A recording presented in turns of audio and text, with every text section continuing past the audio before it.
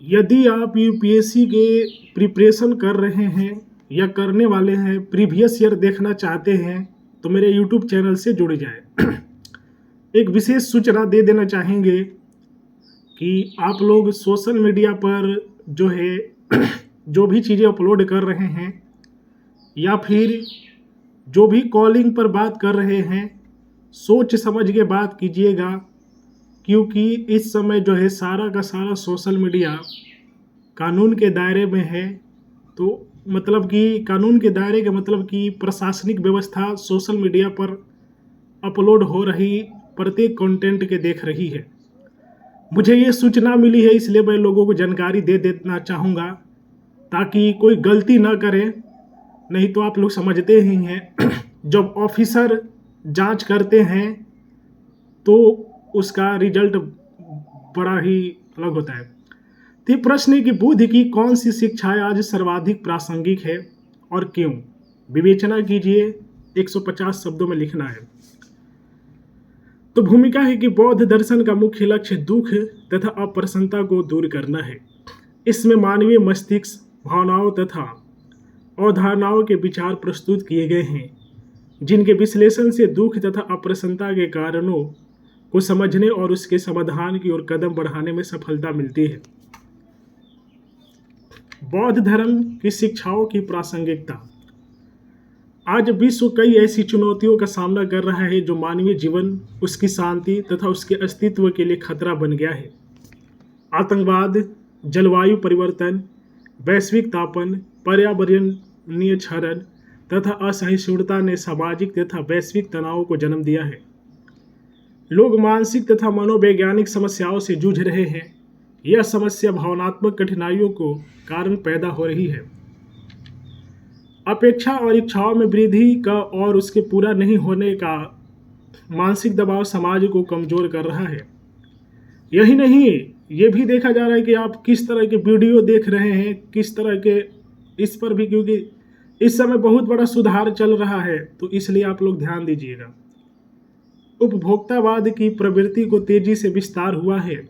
इसने समुदायों के भीतर विभाजन की प्रक्रियाओं को गति प्रदान की है। उपभोक्ताओं ने बड़े पैमाने पर व्यक्तिवाद को जन्म दिया, जिससे अलगाव की स्थिति उत्पन्न हुई है। यह परिवार के स्तर पर भी है और समुदाय के स्तर पर भी है।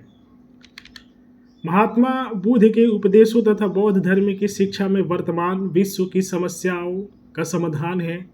इन शिक्षाओं को अपनाकर सौहार्द तथा शांति की स्थापना संभव है।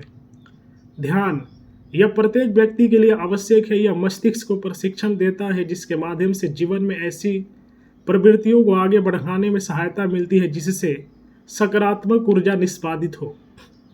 ध्यान मनुष्य के गतिशील जीवन में समझ को विकसित करने तथा अपने लिए श्रेष्ठ वैचारिकता को संस्पर्श देता है। ध्यान व्यक्ति के जीवन को शांत तथा मस्तिष्क को धैर्यवान बनाता है। धर्म की विधि। महात्मा बुद्ध ने ईश्वर को विश्व निर्माण का साधक नहीं माना है। धर्म की विधि, जिसे बौद्ध धर्म ने धम्म कहा, को अपनाकर व्यक्ति अपने दुखों से मुक्त होकर विश्व कल्याण के लिए उन्मुक्त रूप से कार्य कर सकता है। दुखों के निवारण के लिए बौद्ध धर्म में अष्टांगिक मार्ग की शिक्षा दी गई है। जागरूकता। बुद्ध शब्द का अर्थ जानने वाले है, अर्थात जिसने सब कुछ समझ लिया हो। जो जागरूक हो चुका है वही अन्य लोगों को जागरूक बना सकता है। बुद्ध संस्कृत के बोध शब्द से बना है, जिसके लिए गहरे नींद से जागने की संज्ञा दी जाती है। यह विश्व के दुख और पीड़ा के कारण को समझने की प्रक्रिया है।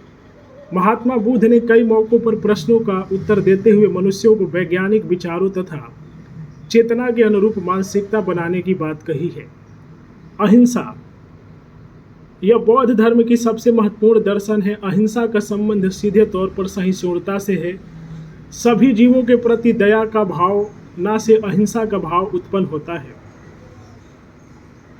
पशु, पक्षी, वनस्पति तथा अन्य प्राकृतिक संसाधनों के लिए समान भाव अहिंसा की भावना को प्रबल बनाते हैं। निष्कर्ष। बौद्ध धर्म की शिक्षा दयालुता, मानवता, धैर्य, सहिष्णुता इत्यादि भाव से अधिक जुड़ा है।